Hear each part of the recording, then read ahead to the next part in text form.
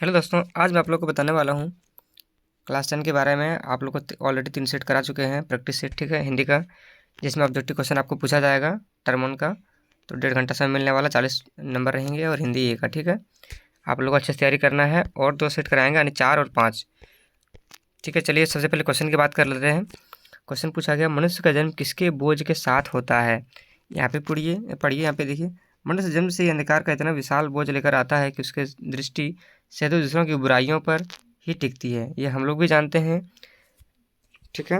आत्मनिरीक्षण को भुलाकर साधारण मानव जो निंदा में ही अपना जीवन बिताता है, इसके मूल में इसकी ईर्ष्या के दाहक दुष्प्रवृत्ति कार्यशील रहती है। यानी हम लोग अपना नहीं देखते हैं, हम लोग दूसरों को बुराई पर देखते हैं कि उनका वो क्या कर रहा है, ठीक है।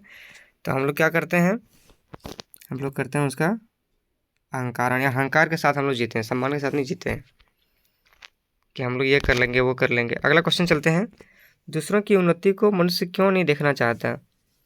क्यों नहीं देखना चाहता? क्योंकि स्वयं धनवान होने के कारण, यहाँ पे ऑप्शन दिया है, स्वयं धनवान होने के कारण, स्वयं गुणी होने के कारण, अपने बड़प्पन के कारण या ईर्ष्या भाव होने के कारण। आप लोग सब जानते हैं हम लोग एक दूसरे से जलते हैं कि नहीं। मनुष्य जाति ऐसा है कि एक दूसरे से जलना ही होता है। तो जो लोग एक दूसरे से जलते हैं उसको बोलते हैं ईर्ष्या भाव के कारण, ठीक है ना। ईर्ष्या हम लोग के साथ रहता ही है, मनुष्य के साथ। तो यानी दूसरों की उन्नति को हम लोग क्यों नहीं देखना चाहते हैं, तो आंसर हो जाएगा डी नंबर, ठीक है। अगला है, स्वास्थ्य और सदाचार नष्ट हो जाते हैं। तो स्वास्थ्य और सदाचार नष्ट हो जाते हैं किस लिए? क्योंकि ईर्ष्या के वश में होने पर या क्रोध के वश में होने पर, स्वास्थ्य के नियमों का पालन न करने पर, अनैतिक कार्य करने पर, ठीक है। तो इसका आंसर हो जाएगा ईर्ष्या के वश में ना होने पर।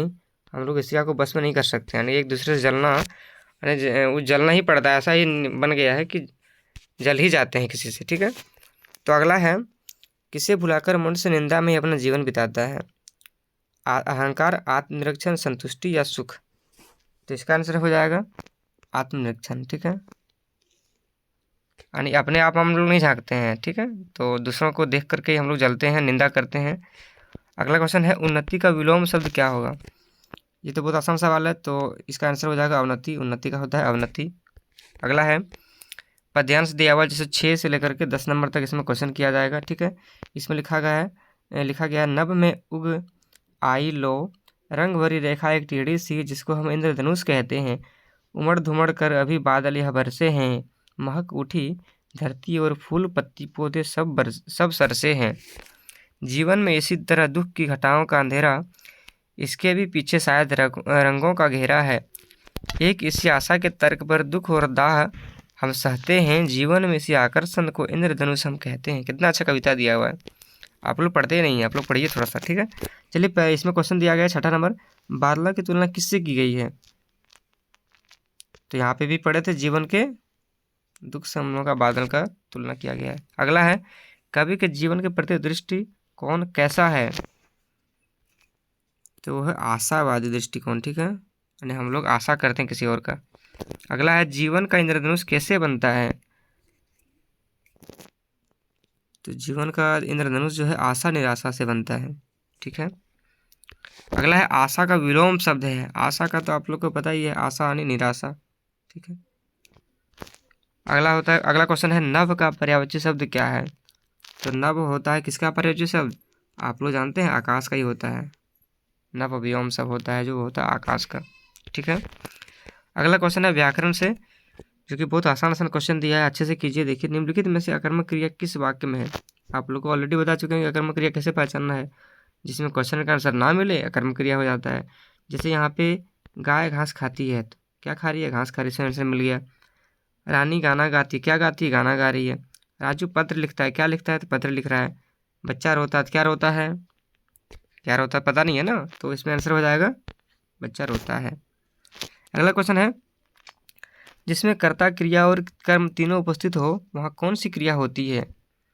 तो आप लोग को बताए थे कि जहाँ पे कर्ता क्रिया कर्म तीनों रहे, वो होता सकर्मक, ठीक है। आकर्मक में इसमें कर्म नहीं रहता, नहीं क्रिया होता है सिर्फ। इसमें क्या हो रहा है तो उसका कर्म नहीं होता है ना, तो वो अकर्मक हो जाएगा। आंसर हो जाएगा सकर्मक, यानी 12 नंबर का आंसर हो जाएगा सकर्मक। अगला क्वेश्चन है, कौन अरुण का अनेकार्थी शब्द नहीं है।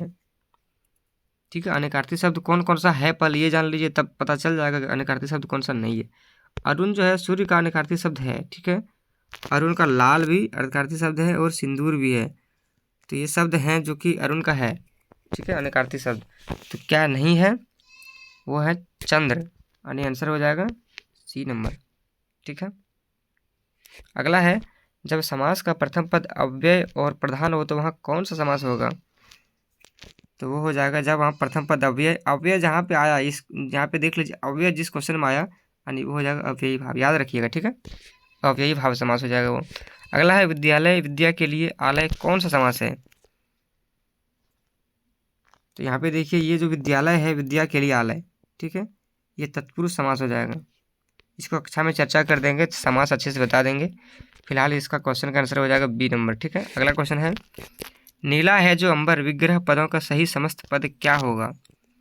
नीला है जो अंबर, तो सब जान रहे हैं कि नीलांबर हो जाएगा, वो नीला है जिसका, नीला है जो अंबर, ठीक है। अगला क्वेश्चन है, रचना के आधार पर किस वाक्य में एक प्रधान वाक्य और शेष आश्रित वाक्य उपवाक्य होते हैं?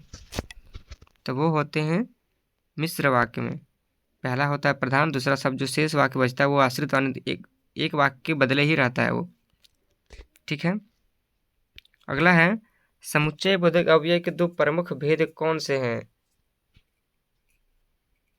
तो वो हो जाता है, समुच्चय बोधक अव्यय के दो प्रमुख भेद हैं, एक है समानाधिकरण और व्यतिकरण, ठीक है, हो जाएगा सी नंबर आंसर। अगला क्वेश्चन है 19वां नंबर, पिताजी के द्वारा अखबार पढ़ा गया वाक्य का कौन सा भेद है? तो वो हो जाएगा पिताजी के द्वारा, यहाँ पे देखिए किसी और यानी पिताजी के द्वारा, हम बोल रहे हैं कि पिताजी के द्वारा अखबार पढ़ा गया, यानी हो जाएगा कर्मवाच। जब ये खुद पिताजी बोलेंगे कि हम पढ़ रहे हैं ये किताब या अखबार पढ़ रहे हैं, तो हो जाएगा कर्तृवाच हो जाएगा वो। लेकिन यहाँ पे बोला गया है पिताजी के द्वारा, बोल रहा है कोई और करवा रहा है, पिताजी पढ़ रहे हैं, ठीक है, पिताजी के द्वारा पढ़ा गया। जैसे हम बोलेंगे कि किसी और के द्वारा ये काम किया गया, ठीक है, या करवाया गया, तो हो जाएगा कर्मवाच, यानी काम करवाना किसी और से हो जाता है कर्मवाच, ध्यान रखिएगा, ठीक है। अगला क्वेश्चन है, कर्तृवाच के वाक्यों में कर्ता की कार्य की क्या होती है? प्रधानता होती है, ठीक है। अगला क्वेश्चन है, खंड कौ जिस पाठ्य पुस्तक से है, इसमें भी पहला क्वेश्चन दिया है गद्यांश से, तुम्हारी यह दंतुरुत मुस्कान धन्य तुम माँ भी तुम्हारी धन्य, चिर प्रवासी में इतर में अन्य, इस अतिथि से प्रिय तुम्हारा क्या रहा संपर्क, उंगलियां माँ की कराती है मधुर मधुपर्क, देखते तुम इधर कनखी मार और होती जबकि आंखें चार, तब तुम्हारी दंतुरुत मुस्कान मुझे लगती बड़ी ही छविमान। आहा, क्या कविता है। चलिए क्वेश्चन कर लेते हैं, प्रस्तुत काव्यांश के कवि कौन है? तो आप लोग शायद ये जान रहे हैं कि ये नागार्जुन का है, यानी नागार्जुन ये जो कविता है लिखे हुए हैं ये नागार्जुन लिखे हैं, ठीक है। अगला क्वेश्चन है, दंतुरित का क्या अर्थ होता है? दंतुरित का होता है नए नए दांत आना, ठीक है, यानी जब बच्चा का छोटा छोटा बच्चा का नए नए दांत आता है ना, कितना अच्छा लगता है, तो वो हो गया दंतुरित दांत, नए नए दांत, ठीक है। अगला, माँ बच्चे को क्या कराती रही है? तो मधुपर्क, अभी पढ़ रहे थे, मधुपर्क कराती रही है, ठीक है। अगला क्वेश्चन है, कवि ने धन्य किसे कहा है? तो कवि ने धन्य जो कहा है माता और पुत्र को, क्योंकि ये दोनों का जो है रिश्ता बहुत ही प्यारा होता है। अगला क्वेश्चन है, निम्नलिखित प्रश्नों के सही विकल्प का चयन कीजिए, बादल किस दिशा से आ रहे हैं? तो वो आ रहा है, वो ये आपका पाठ्य पुस्तक से दिया हुआ है, वो है अज्ञात दिशा से, यानी आपको मालूम नहीं है कि कौन दिशा से आ रहा है। अगला है, कहीं सांस लेते हो घर भर देते हो, इस पंक्ति का अर्थ क्या है? इस पंक्ति का अर्थ होता है फागुन की हरियाली महसूस करना, नए नए पेड़ पौधे पत्ते वगैरह आते हैं ना, तो इसलिए होता कहीं सांस लेते हो तो घर भर देते हैं, यानी अच्छा लगता है उस टाइम। अगला क्वेश्चन है, सूर्यकांत त्रिपाठी निराला का जन्म कब हुआ था? वो हुआ था, याद रखिएगा, ये बहुत इंपॉर्टेंट क्वेश्चन है, उसका जन्म हुआ था 1899 में, ठीक है। अगला है, मर्यादा न लही के माध्यम से सूरदास की गोपियाँ कौन सी मर्यादा ना रहने की बात कर रही है? तो हो जाएगा प्रेम की मर्यादा न रहने की बात कर रही है, आंसर हो जाएगा ए नंबर। अगला क्वेश्चन है, ये भी दिया हुआ गद्यांश से, बहुत अच्छा क्वेश्चन दिया हुआ है, हवलदार साहब को पान वाले द्वारा एक देशभक्त, ये बहुत अच्छा क्वेश्चन है, हमको लगता है कि ये क्वेश्चन इस बार एग्जाम में पूछ ही देगा, ठीक है। पहला क्वेश्चन है, हवलदार साहब को क्या अच्छा नहीं लगा? ठीक है, यहाँ पे पहला ही लाइन में दिया हुआ, हवलदार साहब को पान वाले द्वारा एक देशभक्त का इस तरह मजाक उड़ाया जाना यानी देशभक्त का मजाक उड़ाना अच्छा नहीं लगता उनको। तो आंसर क्या हो जाएगा, पान वाले के द्वारा एक देशभक्त का मजाक उड़ाना जो है उनको अच्छा नहीं लगता। आंसर हो जाएगा डी नंबर। अगला क्वेश्चन है, बूढ़ा मरियल सा लंगड़ा आदमी कौन था? तो यहाँ पे देखिए, यहाँ पे दिया हुआ है, एक बेहद बूढ़ा मरियल सा लंगड़ा आदमी, सिर पर गांधी टोपी, आंखों पर काला चश्मा लगाए, हाथ में छोटी सदू कच्ची और दूसरे हाथ में बांस का टंगे, हाथ में चश्मे अभी भी एक गले से निकला था, वह दुकान के सारे टिक रहा था। ये था कैप्टन। ठीक है, तो ये कौन था? ये था कैप्टन। आप अगर कहानी पढ़िएगा अच्छे से तो समझ में आ जाएगा। अगला क्वेश्चन है, कैप्टन क्या काम करता था? तो वो करता था फेरी वाला काम। ठीक है, गाँव गाँव जा करके तो वो जाता फेरी वाला काम। अगला क्वेश्चन है, हवलदार साहब पान वाले से क्या जानना चाहते थे? तो उसका आंसर हो जाएगा कैप्टन के बारे में। कैप्टन के बारे में वो जानना चाह रहे थे। अगला क्वेश्चन है, लेखक बाल गोविंद भगत की किस विशेषता पर अत्यधिक मुग्ध था? तो इसका आंसर हो जाएगा मधुर गान पे, यानी गान वो गाते थे, गाना गाते थे, उस पर मुग्ध हो जाते थे वो। अगला क्वेश्चन है, बाल गोविंद भगत पाठ के आधार पर बताएं रोपनी किसे कहते हैं? रोपनी तो हम लोग जानते हैं कैसे कहते हैं, धान की रोपाई को ही कहते हैं ना, धान रोपते हैं वही हो गया रोपनी। अगला क्वेश्चन है, बाल गोविंद भगत के संगीत को लेखक ने क्या कहा है?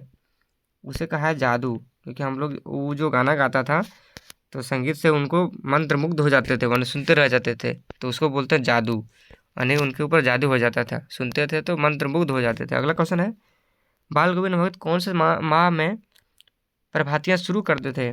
वो था कार्तिक माह में। ठीक है, अगला क्वेश्चन है, फिर भी अगला क्वेश्चन दिया गद्यांश, यानी गद्यांश भर भर के आप लोगों को दिया गया है, गद्यांश अच्छे से ध्यान से कीजिए, नंबर अच्छे से लाइए। ठीक है, अगला क्वेश्चन है, प्रस्तुत कहानी का लेखक कौन है? ये जो है, जब कभी मैया हमें अचानक पकड़ पाती, तब हमारे लाख झटपट आने पर भी एक चुल्लू कड़वा तेल हमारे सिर पर डाल देती थी, हम रोने लगते बाबूजी उस पर बिगड़ खड़े होते, वह हमारे सिर में तेल पोत कर हमें उबट कर ही छोड़ती थी, फिर हमारी नाभि और लार में काजल की बिंदी लगाकर चोटी गूंथती और उसमें फूलदार लट्टू बांधकर रंगीन कुर्ता टोपी पहना देते थे, हम खासे का नैया बनकर बाबूजी की गोद में सिसकते बाहर आते थे।